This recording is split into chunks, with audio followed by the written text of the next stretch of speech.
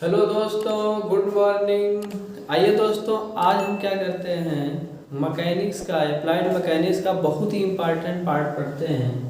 ठीक है, जो एक चैप्टर है आपका फोर्स के बारे में, आपका इंट्रोडक्शन है। ठीक है, इसमें हम क्या सीखेंगे कि बल की परिभाषा क्या होती है। ठीक है, दूसरा सब ये सीखेंगे बल की परिभाषा कैसे दी जाती है ना। बल का जो व्यंजक प्राप्त होता है वो कैसे आता है और कहाँ से मतलब दिया जाता है। बल के प्रथम नियम को सिद्ध भी हम यहाँ पे करेंगे। ठीक है, इस टॉपिक में हम क्या करेंगे, बल के बारे में, बल के यूनिट के बारे में, बल के लक्षण के बारे में बहुत डिटेल बात करेंगे। ठीक, इसलिए आप लोग ध्यान से देखेंगे तो आपके बल के बारे में जो भी कंसेप्ट होगा वो पूरा अच्छी तरह से समझ में आ जाएगा। ठीक है, तो पहले बात होती है कि बल की परिभाषा क्या है। बल, फोर्स है क्या। ठीक है, तो अब हमने लिख दिया है बल वह बाह्य या आंतरिक कारक है, यानी एजेंट है जो किसी वस्तु की स्थिति में परिवर्तन करता है या परिवर्तन करने का प्रयास करता है। जो किसी वस्तु की स्थिति में परिवर्तन करता है या परिवर्तन करने का क्या करता है, प्रयास करता है। ठीक है, ठीक है, चलिए और इस चीज को समझते हैं। मान लीजिए कोई मतलब क्या बोलते हैं, गेंद। ठीक है, मतलब बाल है, बोल रहे। ठीक, अब आपको इस बाल को, मान लीजिए कोई बच्चा है, ठीक, जिसको वो यहाँ पे से यहाँ मतलब उठाने का प्रयास करता है, स्थिति को इसके यहाँ से हटाना चाहता है, तो इस पे ऐसे फोर्स लगाएगा, वो क्या हो जाएगा, यहाँ पे हट जाएगा। ठीक, तो ये किसके कारण यहाँ से यहाँ पे गया, बल के कारण। ये बाह्य कारक ही तो हो रहा है, ये बाह्य कारक ही तो हो रहा है, जिसके कारण यहाँ से यहाँ हो गया, तो इसकी स्थिति में क्या हो गया, परिवर्तन हो गया। या कोई गेंद हम हाथ में ले लें, ठीक है, और उस गेंद को हम पकड़ के ऐसे दाबे हैं, दाबने पर मानो दब जाती है, तो इसकी स्थिति परिवर्तित हो गई, नहीं होगी, उसकी स्थिति परिवर्तित। अब बल को हटा लेते हैं तो अपने फिर ओरिजिनल पोजिशन में आ जाती है। ठीक, तो बल वह बाह्य कारक होता है जो किसी वस्तु की स्थिति में परिवर्तन करता है या करने का प्रयास करता है। मान लीजिए आपके घर में कहीं मेज है, आप यहाँ से मतलब एक स्थान से दूसरे स्थान पे जब आप रखना चाहते हो तो आप फोर्स उस पर लगाते हो, तो आपका क्या बोलते हैं, वो मेज जो है आगे खिसक जाता है। अगर मान लीजिए बहुत बड़ा आपका मेज है, अब आप उसको लगाते हैं तो वो नहीं जाता है ना, लेकिन आप प्रयास करते हो उसकी स्थिति में परिवर्तन करने का। ठीक, तो इसलिए कहा जाता है बल वह बाह्य कारक है जो किसी वस्तु की स्थिति में परिवर्तन करता है, करने का क्या करता है, प्रयास करता है। अब आप इस दीवार को हम हटाना चाहें यहाँ से तो हटेगी नहीं, लेकिन हम प्रयास करेंगे। ठीक, हम प्रयास करेंगे कि वहाँ से हट जाए। तो बल के बारे में बात समझ में आई। तो कभी भी कोई पूछे बल होता क्या है, तो आप कहोगे बल वह बाह्य या आंतरिक कारक होता है जो किसी वस्तु की स्थिति में परिवर्तन करता है या परिवर्तन करने का क्या करता है, वो प्रयास करता है। ठीक, ये बात समझ में आई। अच्छा, इसी के बारे में एक बात बताया जाता है कि बल वह साधन है जिसके द्वारा कार्य किया जाता है। कोई भी कार्य बाबू अगर आप कर रहे हो तो उसके लिए किसकी जरूरत पड़ेगी, आपको बल की जरूरत पड़ेगी।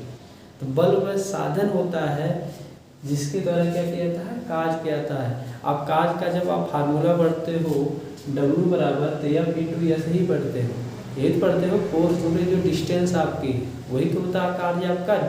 यानी कार्य होता क्या कब है, जब डिस्प्लेसमेंट हो, कोई ना कोई विस्थापन हो, कोई ना कोई परिवर्तन हो, तब आप कहते हो कार्य हो रहा है, क्या कार्य हो रहा है। अब इसी दीवार को हम ऐसे ढकेले तो फोर्स तो लगा रहे हैं, लेकिन डिस्प्लेसमेंट अगर नहीं हो रहा है तो कार्य नहीं होगा, कार्य नहीं होगा। ठीक है, ये भी आपका उसका फार्मूला है, ये बात आप समझ रहे होंगे। यानी कोई भी भौतिक क्रिया बिना बल के संभव नहीं है, कोई भी भौतिक क्रिया जो है बिना बल के यानी विदाउट फोर्स के क्या है, वो संभव नहीं है।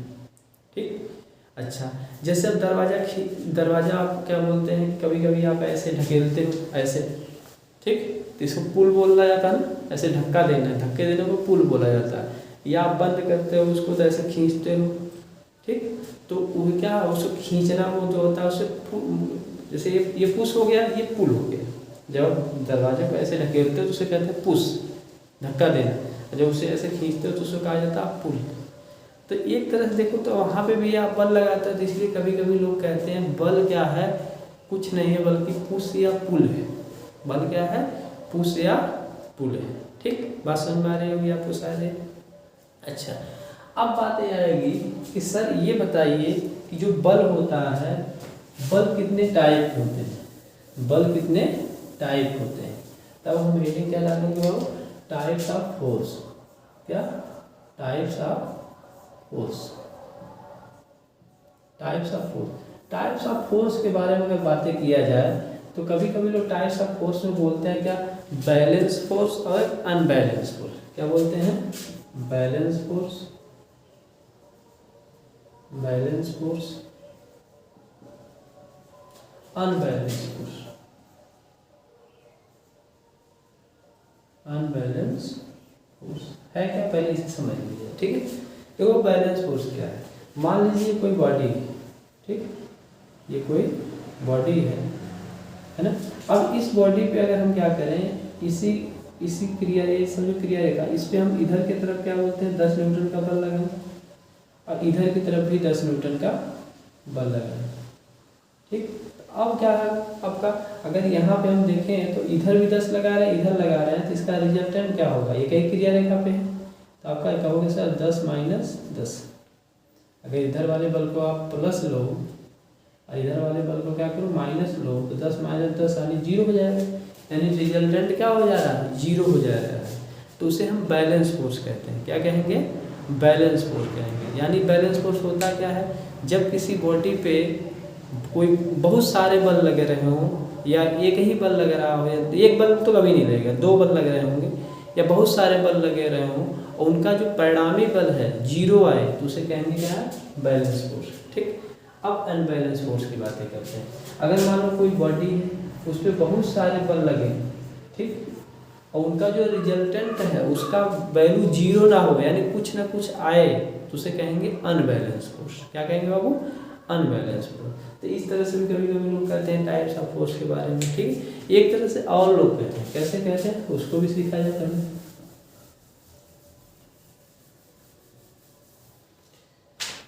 टाइप्स ऑफ फोर्स में ही लोग कभी कभी कहते हैं टाइप्स ऑफ फोर्स।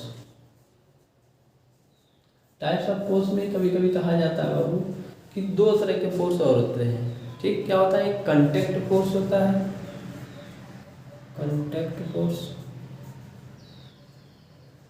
और दूसरे को बोला जाता है non contact force, non contact force.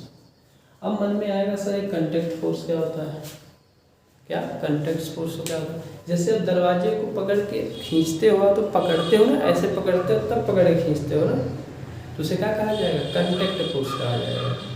या ढकेलते हो आप, ऐसे पुश करते हो तो भी आप कांटेक्ट करके ही ऐसे खींचते करते हो, तो उसे आप क्या कहते हो, कांटेक्ट फोर्स कहते हो। ठीक है, ऐसे ही आप क्या बोलते हैं कि जब जिम करने जाते हो तो डंबल जब उठाते हो ऐसे या ऐसे आप उठाते हो, तो क्या होता है, वो कांटेक्ट फोर्स के अंतर्गत वो भी आएगा।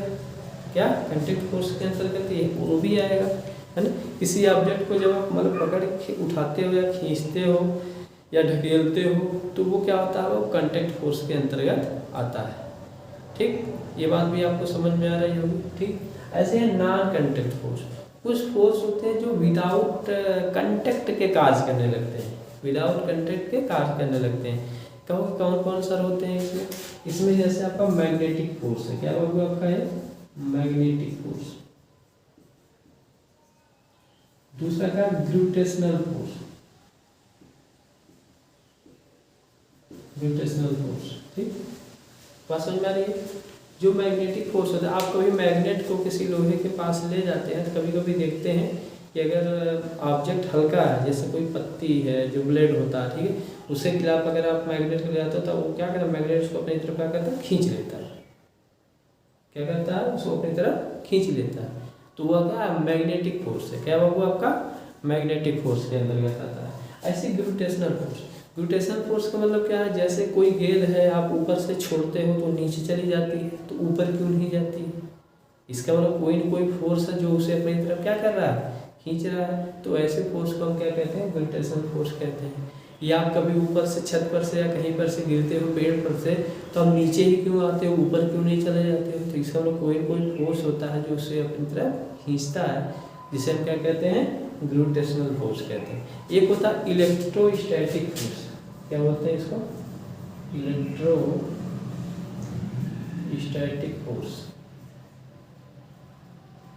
ये क्या होता है वो, ये क्या होता है, आइए जैसे आप कंघी करते हो कभी बाल में, कंघी करते होगे, ठीक है, ऐसे ऐसे करके कंघी, अगर मान लीजिए कागज़ के छोटे छोटे टुकड़े हैं तो उसके करीब अगर ले जाते हो आप, तो आप देखते हो क्या वो जो छोटे छोटे टुकड़े हैं वो कंघी की तरफ क्या हो जाते हैं, आकर्षित होने लगते हैं। क्यों होता है ऐसा, क्योंकि कंघी में जो होती है, जब आप बाल में ऐसे करते हो तो कंघी के जो मॉलिक्यूल्स होते हैं वो चार्ज हो जाते हैं, क्या होते हैं, चार्ज हो जाते हैं। और जो कागज़ के छोटे छोटे टुकड़े होते हैं वो चार्ज रहते नहीं हैं, तो वो क्या करते हैं, आकर्षित हो जाते हैं किसकी तरफ, जो आपका चार्ज होता है। तो जब भी आपका ऐसा होता है तो वो उसकी तरफ आकर्षित हो जाता है, क्या हो जाता है, आकर्षित हो जाता है। ऐसे ही मान लीजिए दो बैलून है, एक बैलून ये है, एक बैलून क्या बाबू, ये, ठीक। तो इस बैलून को अगर आप ऐसे थोड़ा सा रबिंग कर दो और इसके पास ले जाओ, इस बैलून के पास ले जाओ, इसको रबिंग नहीं किया आपने, इसको रबिंग कर दिया आपने, हार्मोनियम रबिंग कर दिया, और उसके पास आप ऐसे ले जाओ तो ये वाला बैलून क्या हो जाएगा, इसकी तरफ ऐसे आकर्षित हो जाएगा। क्यों, रबिंग करने से ये क्या हो जाएगा, चार्ज हो जाएगा, इस पर जो आवेश होंगे इसके, ठीक, वो क्या हो जाएंगे, चार्ज हो जाएंगे। और ये क्या है, आपका अनचार्ज है, इसके कारण ये क्या करेगा, इसकी तरफ अट्रैक्ट हो जाएगा, ठीक। ऐसे ही आप इसको भी चार्ज कर, मतलब रबिंग कर दो इस वाले बैलून को भी ऐसे ऊपर से, अब दोनों को ले जाकर दोनों एक दूसरे से दूर चले जाएंगे, क्योंकि दोनों चार्ज हैं। दो चार्ज क्या करेंगे, वो रिपेल कर देंगे एक दूसरे में, क्या करेंगे, रिपेल कर देंगे। तो ये भी क्या होता है, आपका नॉन कांटेक्ट फोर्स के अंतर्गत आता है। किसके अंतर्गत आता है, ये नॉन कांटेक्ट फोर्स के अंतर्गत आता है। तो ये भी बात आप समझ गए।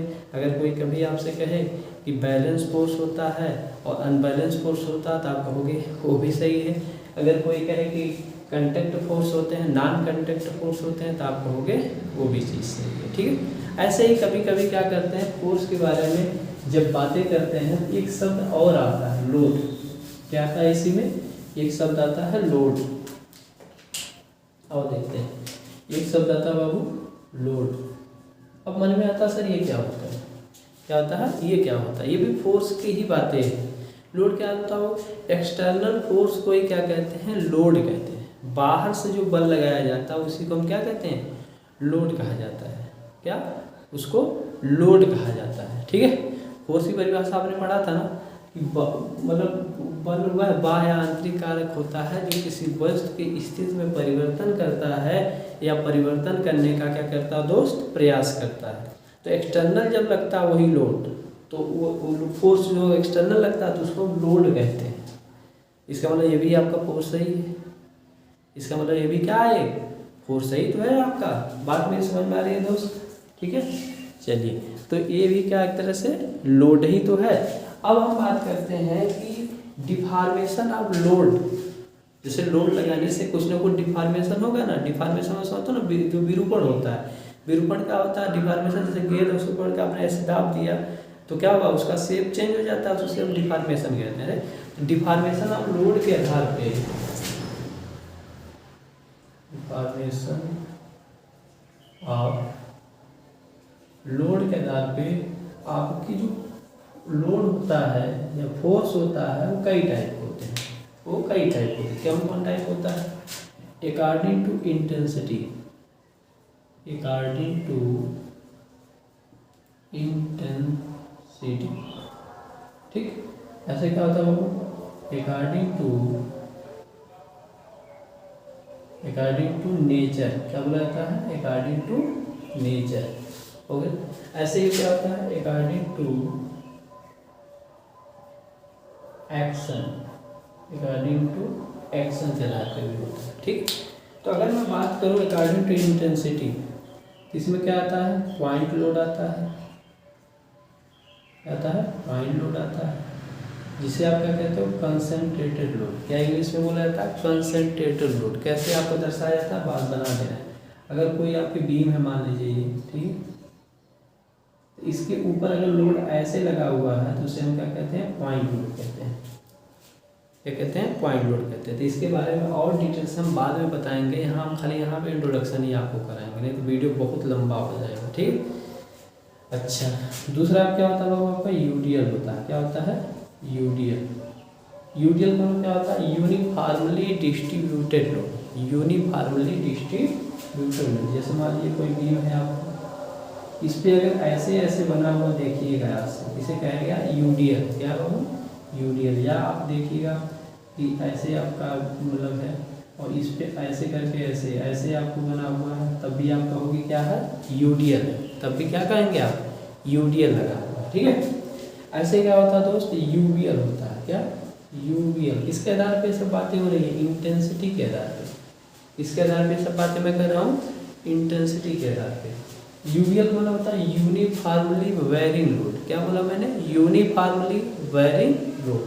मतलब क्या है? ये आपको कुछ इस तरह से होता है। ये मान लीजिए बीम आपकी हुई, इस पे ऐसे बना हुआ है, इसे कहेंगे यूनिफॉर्मली वेरिंग लोड। ऐसे ही एक और होता है, इसे बोलते हैं नॉन यूनिफॉर्म लोड। क्या?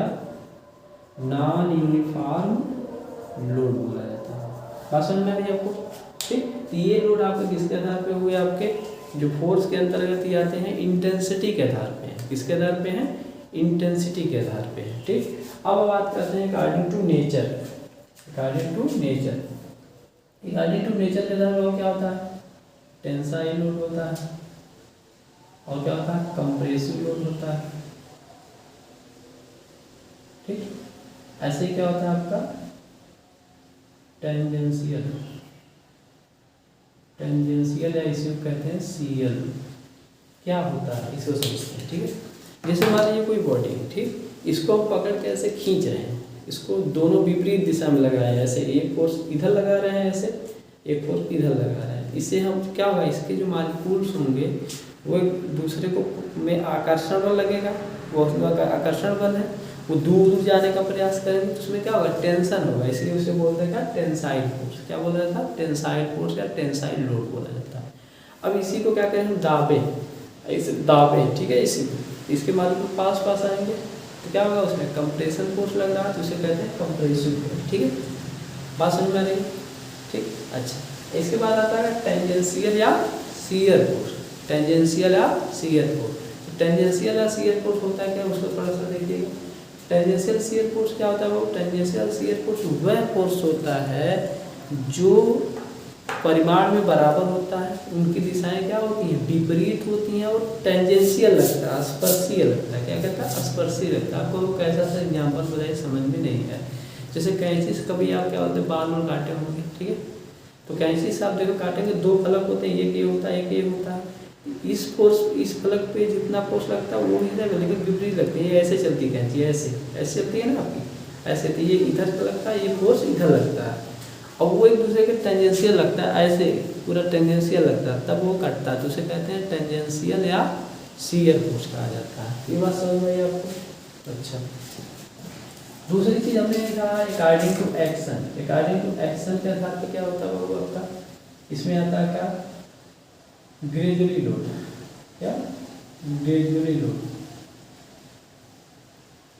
ग्रेजुअली लोड, ग्रेजुअली लोड का मतलब क्या है? जैसे मान लीजिए आप जिस मकान में रहते हैं वहाँ पे ऊपर से कोई लोड लगता था। आप देखते हैं कभी कभी धीरे धीरे वहाँ पे अगर बहुत पुराना मकान आपका है तो वो धीरे धीरे क्या होता है? बेंड होता है, तो उसे हम ग्रेजुअली लोड कहते हैं। और अचानक बाद में गिर जाता है। क्या होता है? अचानक बाद में गिर जाता है, तो उसे ग्रेजुअली लोड कहते हैं, जो धीरे धीरे किसी ऑब्जेक्ट पे लगता है। ऐसे क्या? सडन लोड होता है। क्या होता है? Sudden load. सडन लोड मतलब किसी चीज़ मतलब कोई लोड लगाया जा रहा है किसी ऑब्जेक्ट पे, लेकिन कुछ समय के लिए लगाया जा रहा है, कुछ समय के लिए लगाया जा रहा है। यानी जैसे मान लो हम छत पे घूम रहे हैं और किसी को अचानक ऐसे ढकेल, तो क्या है? एक सडन लोड है। क्या है? Sudden load. या किसी को मतलब हमें छत पे हैं, उसको कह रहे हैं आप ढकेल देंगे, ऐसे पकड़े हैं, ऐसे धीरे धीरे ढकेल रहे हैं, कहते तुम्हें हम ढकेलना चाहते हैं, ढकेलना चाहते हैं, ढकेल दे रहे हैं। ठीक है। तो वो क्या हो जाएगा? वो आपका ग्रेजुअली लोड के रूप में कहता है। ठीक। ऐसे क्या होता है आपका? Impact load. क्या होता है? वो इसी में आता है इम्पैक्ट लोड। ठीक। जैसे हैमर होता है, हैमर देखे होंगे ना, किसी मतलब मेटल पे जब हम ऐसे मारते हैं तो उसे क्या कहते हैं? बहुत कम टाइम के लिए वहाँ पे लगता है लोड, उसे हम इम्पैक्ट लोड कहते हैं। क्या कहते हैं? जैसे ऐसे ऐसे इम्पैक्ट लोड होता है। क्या होता है? Impact load. ऐसे ही फ्लक्चुएशन लोड इसमें आता है। ठीक। बहुत सारे लोड आते हैं। तो ये आपके डिफॉर्मेशन ऑफ लोड के आधार पर लोड का क्लासिफिकेशन मैंने बताया। तो टाइप ऑफ लोड मैंने आपको दो चीज़ें बताई। इसके पहले बताया बैलेंस लोड होता है, अनबैलेंस लोड होता है, उसकी बातें मैंने किया। फिर मैंने बताया कंटेक्ट फोर्स या कंटेक्ट लोड और नॉन कंटेक्ट लोड के बारे में बातें किया। फिर मैंने यहाँ पे इसकी बातें किया। ठीक, तो अब लोड के बारे में आप शायद हर बात समझ गए होंगे। ठीक, अब बात आएगी कि सर लोड के बारे में तो आपने बता दिया, अब आप बताइए मुझे ये लोड की जो परिभाषा दी गई है न्यूटन के किस नियम के द्वारा दी जाती है, न्यूटन के किस नियम के द्वारा दी जाती है। तो हम कहेंगे वो न्यूटन के फर्स्ट लॉ के द्वारा दी जाती है। किसके द्वारा दी जाती है? वो फर्स्ट लॉ के द्वारा दी जाती है। ठीक, न्यूटन के फर्स्ट लॉ के द्वारा क्या की जाती है? आपकी फोर्स की डिफिनेशन दी जाती है। और न्यूटन के सेकेंड लॉ के द्वारा जो आपका इसका व्यंजक प्राप्त होता है, व्यंजक समझते हो ना, जो एक्सप्रेशन है यानी F बराबर एम ए, F बराबर एम ए जो होता है वो जो आता है न्यूटन के सेकेंड लॉ के द्वारा दिया जाता है। ये चीज़ें कंपटीशन में पूछी जाती है कि न्यूटन के जो फर्स्ट लॉ है उससे क्या दिया जाता है, तो बल की परिभाषा दी जाती है। और जो व्यंजक होता है F बराबर एम ए, किस मतलब न्यूटन ने किस लॉ के द्वारा दिया था? तो सेकेंड लॉ के द्वारा दिया जाता है। ठीक, अब मन में फिर आता है सर फर्स्ट लॉ क्या है, सेकेंड लॉ क्या है, इस चीज़ को भी बता दीजिए। तो आइए पहले सेकेंड लॉ सीखते हैं, फिर उसके आधार पे क्या करेंगे हम फर्स्ट लॉ सीखेंगे। ठीक है, चलो आप देखते हैं। देखो न्यूटन के सेकेंड लॉ के अनुसार, ठीक है, न्यूटन के सेकेंड लॉ के अनुसार देखो फोर्स होता है, क्या होता है? फोर्स। वो क्या होता है? रेट ऑफ चेंज ऑफ जो मोमेंटम होता है उसके प्रोपोर्शनल होता है। Rate of change of momentum को क्या होता है? प्रोपोर्शनल होता है। Rate of change of momentum के प्रोपोर्शनल। आप कहोगे सर ये rate of change of momentum क्या है? तो पहले समझते मोमेंटम क्या होता है। देखो जो मोमेंटम होता है उससे हम सिंपली पी भाषा पी से रिप्रेजेंट करते हैं। इसके बारे में हम अलग से एक वीडियो बनाएंगे, मोमेंटम क्या होता है, इम्पल्स क्या होता है। ठीक है, पहले हम ये सीखते हैं कि मोमेंटम है। तो मोमेंटम क्या होता है? वो यम इंटू वी होता है, यम इंटू वी होता है। यानी मास अगर बढ़ेगा तो मोमेंटम पी का मान क्या होगा? बढ़ेगा। वेग भी बढ़ेगा तब भी पी का मान क्या होगा? बढ़ेगा। तो यानी पी बराबर एम वी। तो पी क्या है? मोमेंटम, एम आपका मास है, वी क्या है? आपका वेलोसिटी है। क्या है? वेलोसिटी। तो अगर मैं इसको P1 मान लूँ तो बताओ m1 होगा, वेग मान लो आपका क्या है? v है। और शुरुआत में मान लो मोमेंटम कितना था, लास्ट में मोमेंटम कितना हो गया? P2 बराबर क्या होगा?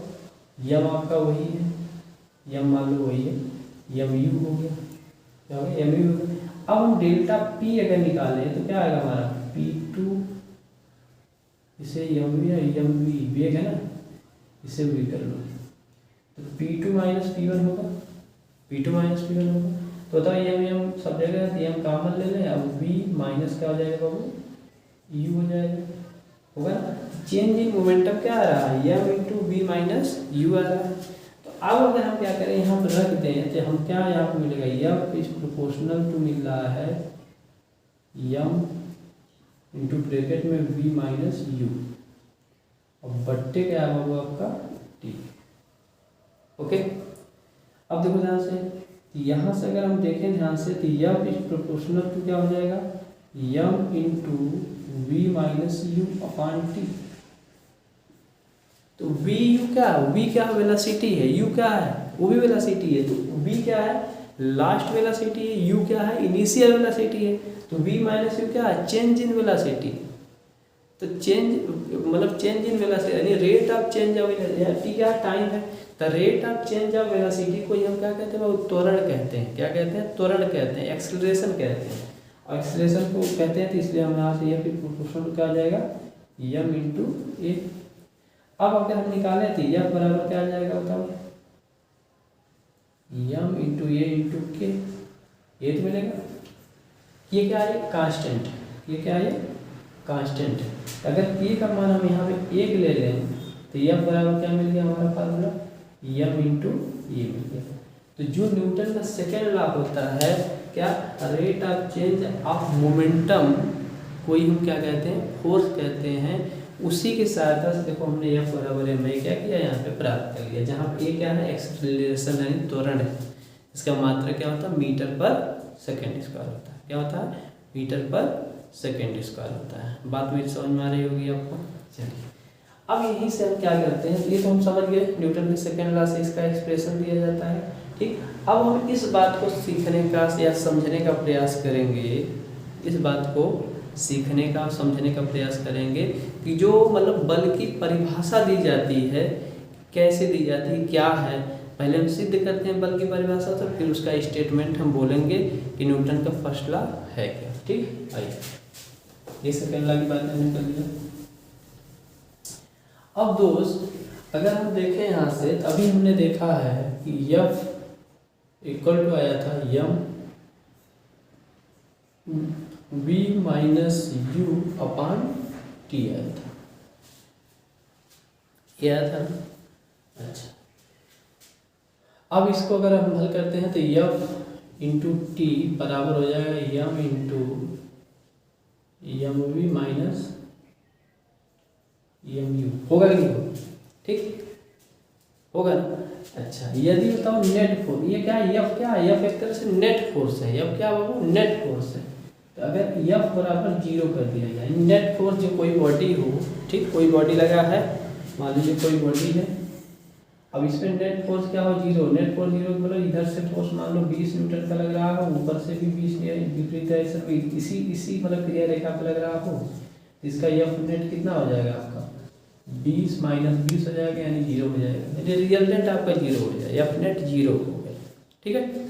तो आप मुझे बताओ कि यहाँ पे हम 0 रखेंगे तो 0 गुणे टी हो जाएगा बराबर यम वी माइनस यम यू, तो बताओ ये 0 हो गया, तो यानी यम वी बराबर हो जाएगा यम यू, यम से यम कट जाएगा तो वी बराबर क्या हो गया आपका यू, यानी जो इनिशियल वेलोसिटी है वो क्या है, फाइनल वेलोसिटी के बराबर हो गई। इसका मतलब क्या हुआ, इसका मतलब सीधा सा हुआ कि उसमें क्या है, एफ नेट क्या है 0।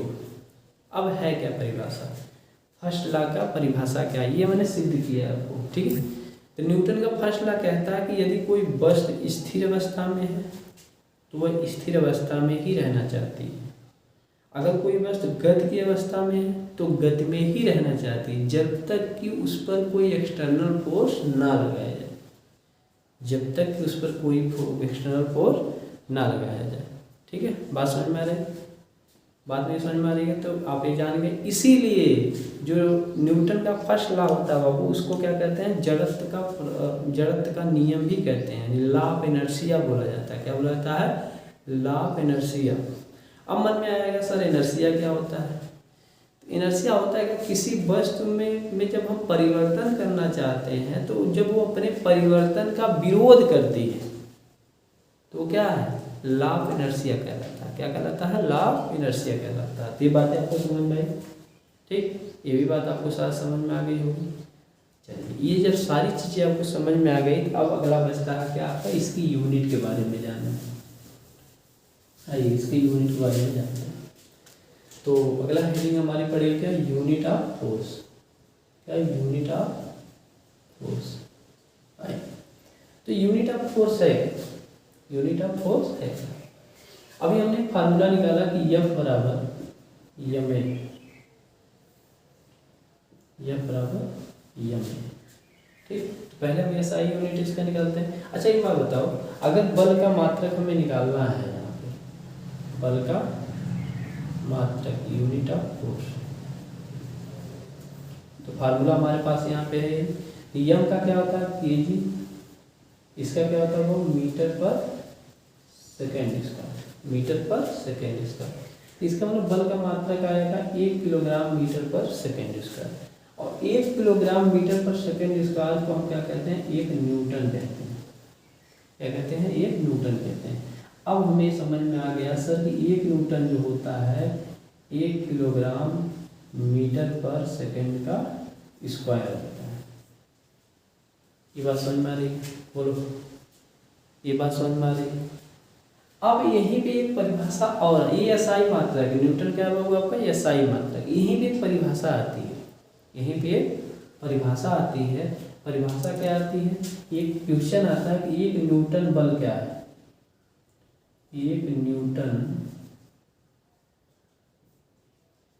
बल क्या है, ये क्वेश्चन आता है न्यूटन बल क्या है, ठीक। बात समझ में।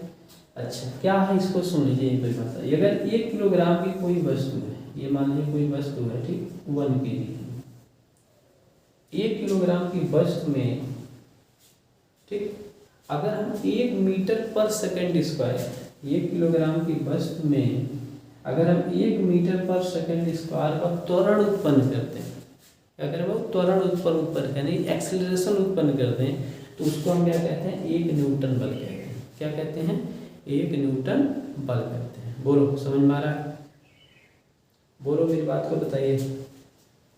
हमने क्या बोला, अगर 1 न्यूटन 1 किलोग्राम की वस्तु में अगर 1 मीटर पर सेकंड स्क्वायर का त्वरण उत्पन्न कर दिया जाए तो उसे हम 1 न्यूटन बल कहते हैं। क्या कहते हैं, 1 न्यूटन बल कहते हैं। आ गया, स्पष्ट हो गया? अच्छा, एक चीज़ और करते चले, कभी कभी परीक्षाओं पूछ देता है, इसका डायमेंशन का फार्मूला क्या होता है? डायमेंशन का फार्मूला क्या होता है? अब देखो, केजी का क्या हो जाएगा बाबू, एम, मीटर का क्या हो जाएगा, एल, टी, या सेकेंड स्क्वायर क्या हो जाएगा, -t, तो आपका क्या हो जाएगा, एम एल टी -2 आ जाएगा, एम एल टी -2 हो जाएगा। क्या, इसका डायमेंशन का फार्मूला हो जाएगा। बात यहाँ तक क्लियर हो रही है? और न्यूटन क्या होता है, एसआई मात्रक होता है। क्या होता है, एसआई मात्रक होता है। यहाँ तक बातें स्पष्ट हो रही हैं? चलिए अब क्या करते हैं दोस्त, अब क्या करते हैं यहाँ से, ये तो एसआई मात्रक है। अब बल का और भी मात्रक होता है, एक सीजीएस मात्रक होता है। क्या होता है, सीजीएस मात्रक, उसको देखते हैं। सीजीएस मात्रक, बल का सीजीएस मात्रक देखो क्या होता है, ठीक, ध्यान दीजिएगा। अगर हम क्या करें, यम को हम ग्राम में लें, क्या हो, ग्राम में लें, और जो त्वरण है उसे सेंटीमीटर और सेकंड में लें, क्या हो जाएगा, 1 ग्राम सेंटीमीटर पर सेकंड का स्क्वायर। बल की मात्रा की बात कर रहे हैं, बल की मात्रा की बात। ये अब हम यहाँ पे अगर देखें, 1 ग्राम सेंटीमीटर पर सेकंड स्क्वायर क्या है आपका, इसको हम डाइन कहते हैं। क्या कहते हैं दोस्त, डाइन, एक डाइन बोला जाता है। क्या बोला था, एक डाइन बोला जाता है। और यहाँ हमने क्या पढ़ा था, 1 किलोग्राम मीटर पर सेकंड स्क्वायर हम क्या कहते हैं, 1 न्यूटन कहते हैं।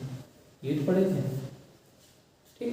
तो आज से हमें एक बात और समझ में आई, सीरियस में अगर कोई बात करे, 1 डाइन क्या होता है, तो क्या हो जाएगा आपका, 1 ग्राम सेंटीमीटर पर सेकंड का स्क्वायर, सेकंड का स्क्वायर होता है, ठीक। अब बात को समझिएगा, ये अब कोई कभी कभी लोग करते हैं क्वेश्चन, कहते हैं एक डाइन बल है क्या, एक डाइन फोर्स क्या है, एक डाइन बल है क्या। अब देखिए, अगर मान लीजिए एक ग्राम की कोई वस्तु है, कितनी की, 1 ग्राम की, और उसमें क्या किया जाए, 1 सेंटीमीटर पर सेकंड स्क्वायर का त्वरण उत्पन्न किया जा सके। 1 ग्राम की वस्तु में अगर 1 सेंटीमीटर पर सेकंड स्क्वायर का त्वरण उत्पन्न किया जा सके, एक्सेलरेशन उत्पन्न किया जा सके, तो उसे एक डाइन बल कहा जाता है। उसे क्या कहा जाता है, एक डाइन बल कहा जाता है। तो ये मात्रा समझ में आ रहा है, ठीक, ये मात्रा समझ में आ रहा है, ठीक। अब क्या किया जाएगा, अब डाइन और न्यूटन में हम रिलेशन हेडिंग डालेंगे, relation between Newton and dyne, Newton and dyne, ठीक। तो हम जानते हैं क्या बाबू, 1 न्यूटन बराबर क्या होता है, 1 किलोग्राम मीटर पर सेकेंड स्क्वायर, देखो लिखा है। अच्छा, और हम 1 केजी बराबर क्या जानते हैं, 1000 ग्राम होता है। अब मीटर को सेंटीमीटर में बदल क्या हो जाएगा, 100 सेंटीमीटर होता है 1 मीटर में, और बट्टे हो जाएगा सेकेंड स्क्वायर होगा। अब देखो इससे लिख सकते हैं 10 घाते 3, यहाँ 10 घाते 2, तो हो जाएगा 10⁵ क्या हो जाएगा, ग्राम सेंटीमीटर पर सेकेंड का स्क्वायर। तो आप मुझे बताओ ये है क्या। आप कहोगे सर अभी आप पढ़ा के आए हुए 1 ग्राम सेंटीमीटर पर सेकेंड स्क्वायर जो होता है एक डाइन कहलाता है। क्या कहलाता है, एक डाइन कहलाता है। तो आपका यहाँ से क्या हो जाएगा, 10⁵ डाइन हो जाएगा। यानी 1 न्यूटन जो हो गया वो क्या हो गया 10⁵ डाइन के बराबर हो गया। यानी 1 न्यूटन क्या हो गया 10⁵ डाइन के बराबर हो गया। यहाँ तक समझ में आया? यहाँ सब समझ में आया? अच्छा, कोई आपसे कहे कि डाइन बड़ा है कि न्यूटन, तो आप देखो अभी ये आपका 1 न्यूटन जो है डाइन से कितना 1 न्यूटन इतना गुना है 10⁵ गुना, इसका मतलब 1 न्यूटन जो ग्रेटर देन होता है एक डाइन से। बात में समझ में आई?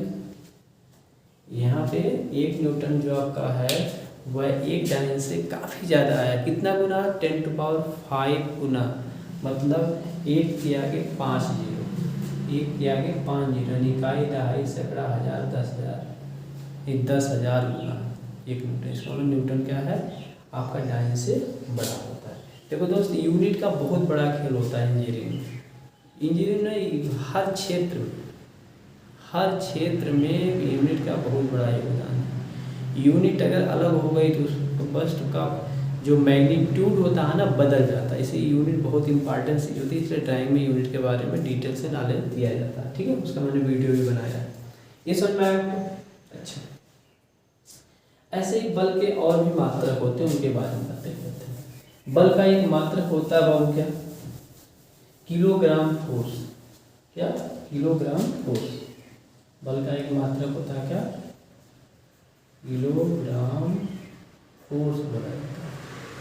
उसको रिप्रेजेंट करते हैं केजी, या कहीं कहीं केजी यहाँ पे एफ लिख देता है, या कहीं कहीं केजी लिखता है और वेट लिख देता है, इससे रिप्रेजेंट करता है। इसको हम क्या कहते हैं? ग्रेविटेशनल मात्रक कहते हैं। क्या नाम दिया था इसको? ग्रेविटेशनल मात्रक। ग्रेविटेशनल मात्रक यूनिट कहा जाता है, या इसी को कभी कभी क्या कहते हैं? इंजीनियरिंग यूनिट कह देते हैं। इंजीनियरिंग यूनिट कह दिया जाता है किसे? जो किलोग्राम फोर्स होता है। जो किलोग्राम फोर्स होता है उसको कभी कभी क्या कहते हैं? क्या कह देते हैं? मैंने बोला इंजीनियरिंग यूनिट कहा जाता है, ग्रेविटेशनल यूनिट कहा जाता है। ये भी बात आप याद रखिए, कभी कंपटीशन में बात पूछ सकता है, कभी कंपटीशन में बात पूछ सकता है। बल का निम्न में से बल का इंजीनियरिंग यूनिट है क्या है? Kilogram force. क्या होता है किलोग्राम फोर्स? आप देखते हैं, मान लीजिए कोई बाबू ऑब्जेक्ट है ये, ठीक है, 1 kg का, ठीक। अब 1 kg का है, उसको बताओ पृथ्वी अपना ग्रेविटेशनल फोर्स लगाएगी, हाँ, ग्रेविटेशनल फोर्स तो गुरुत्वाकर्षण त्वरण लगाएगी, जो अपनी तरफ खींचने का प्रयास करेगी, जो जी से आप रिप्रेजेंट करते हो। जी का मान 9.81 न्यूटन होता है। तो मान लीजिए छत पर से आप नीचे गिरा रहे हो, बताओ जो फोर्स लगेगा उस इस ऑब्जेक्ट पे नीचे की तरफ आने में क्या होगा? 1 किलोग्राम फोर्स बोला जाएगा। तो क्या होगा? 1 kg है ये, इंटू जी लग रहा है, जी का मात्रा मीटर पर सेकंड स्क्वायर होता है। तो अब बताओ क्या हो जाएगा आपका ये? इसका मान होता है 9.81 किलोग्राम मीटर पर सेकंड स्क्वायर, लेकिन और ये क्या होता है? 1 न्यूटन के बराबर होता है। तो 9.81 क्या हो जाएगा? न्यूटन हो जाएगा। तो 1 kg फोर्स होता है जो, वो क्या होता है दोस्त? 9.81 न्यूटन के बराबर होता है। कभी कभी इसी को क्या करते हैं लोग, इसका निकटतम मान लेते हैं, तो उसे कहते हैं 1 kg बराबर, ऐसे साइन लगाते हैं, तो उसे कहते हैं 10 न्यूटन के बराबर, 10 न्यूटन के बराबर। अब आपसे कोई पूछते कि 10 न्यूटन पर अधिक है कि केजीएफ पर अधिक है, तो आप देखने से ही लग रहा है कि 1 केजीएफ आपका 10 गुना है न्यूटन का। इसका मतलब 1 केजीएफ जो फोर्स होता है वो ग्रेटर देन होता है बाबू 1 न्यूटन से। 1 न्यूटन से क्या होता है? अधिक होता है। क्या होता है? अधिक होता है। बात मेरी समझ में आ रही है? 1 केजीएफ ग्रेटर देन क्या है? 1 न्यूटन। वो कहते कितना गुना होता है? तो आप कहोगे 10 गुना होता है। 1 न्यूटन का क्या है? 10 गुना होता है। बोलो, ये समझ में आ रहा है? चलो, इसका मतलब 3 चीज हमने पढ़ा। एक पढ़ा डाइन, एक न्यूटन, एक केजीएफ। एक पढ़ा डाइन, एक न्यूटन और केजीएफ। तो अगर हम बात करें यहाँ से, तो हमने देखा क्या? हमने ये देखा कि जो केजीएफ है,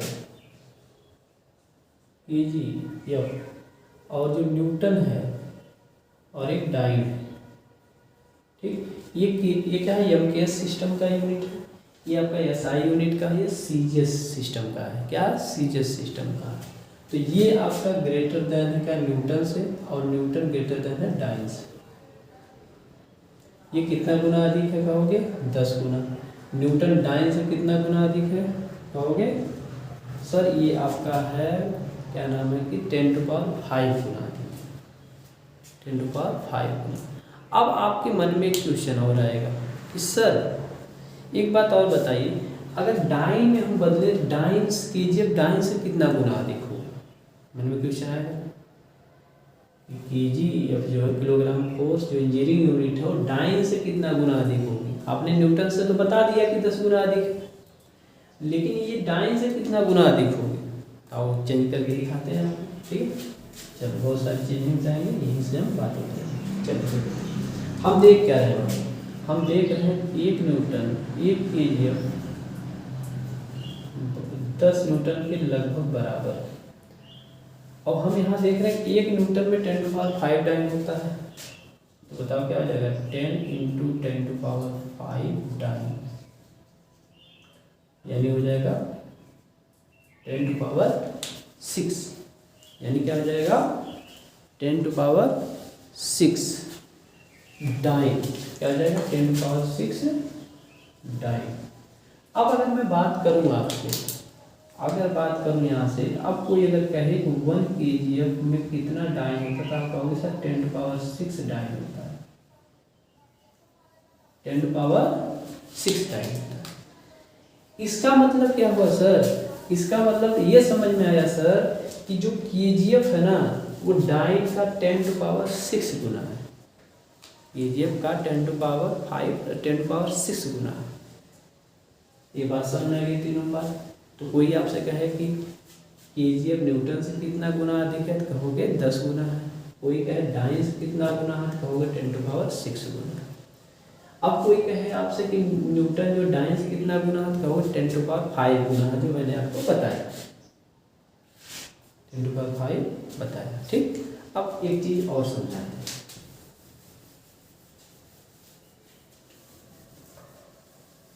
ठीक। मान लीजिए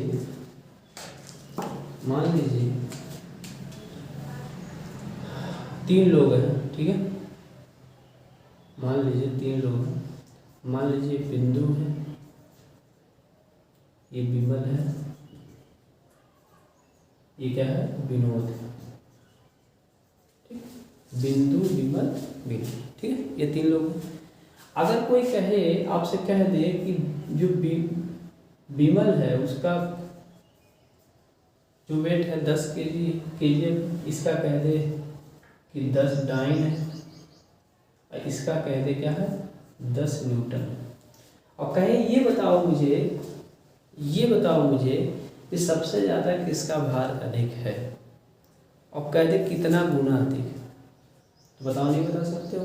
कहोगे सर हम जानते हैं केजीएफ ग्रेटर देन न्यूटन होता है, इसका मतलब विमल का जो आपका वेट होगा सर ग्रेटर देन होगा बिंदु से, ग्रेटर देन होगा क्या, विनोद से। मतलब सबसे जो कम वेट होगा किसका होगा, विनोद से। कैसे पता चला, जब हमने ये कंपेरिजन आपको सिखाया उस तरह से पता चला, नहीं तो कन्वर्ट करना पड़ता है, सबको न्यूटन में कन्वर्ट करते उसके बाद आप बताते हैं। बोलो स्पष्ट हो रहा है ऐसी सारी चीज़ें, ठीक। तो ये यूनिट की बातें रही, जिसमें हमने कुछ इंपॉर्टेंट चीज़ें सीखी, उसको हम फिर एक बार यहाँ पे लिखते हैं, ठीक है। ये बात समझ में आ गई।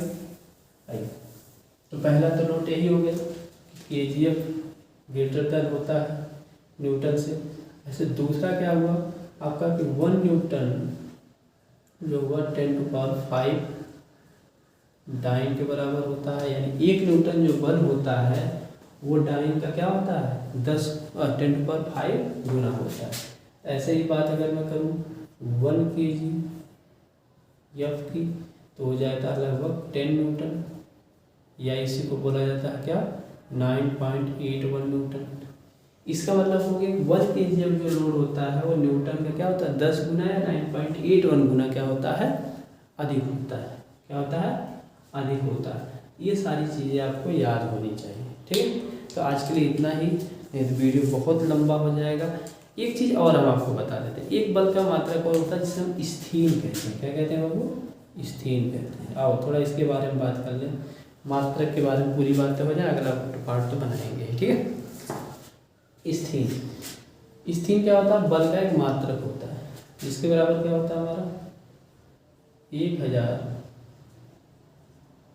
क्या होता है? न्यूटन होता है।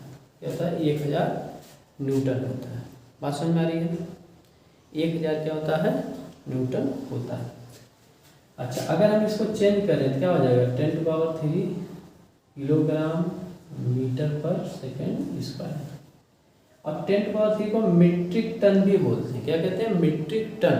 क्या बोला जाता है? मीट्रिक टन बोला जाता है, ठीक। और ये भी याद रखो यहाँ पे एक बात है कि 1000 जो केजी होता है उसको हम मीट्रिक टन बोला जाता है। क्या बोला जाता है? मीट्रिक टन बोला जाता है। बोलो, ये बात समझ में आ रही है ना? ओके।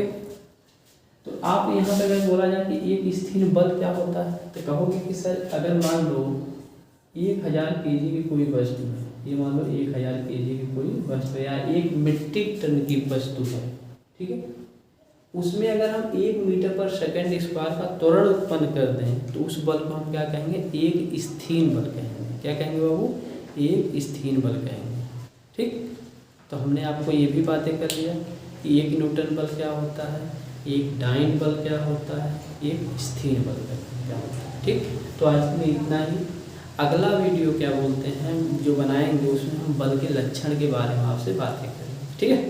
तो आज के लिए इतना ही। Thank you. अगर आपको वीडियो पसंद आता है तो आप इसे लाइक कर दीजिए करिए, सब्सक्राइब कर दिया करिए, लोगों से भी करा दीजिए। हम आपसे यही उम्मीद रखते हैं। आपका दिन बहुत बहुत शुभ हो।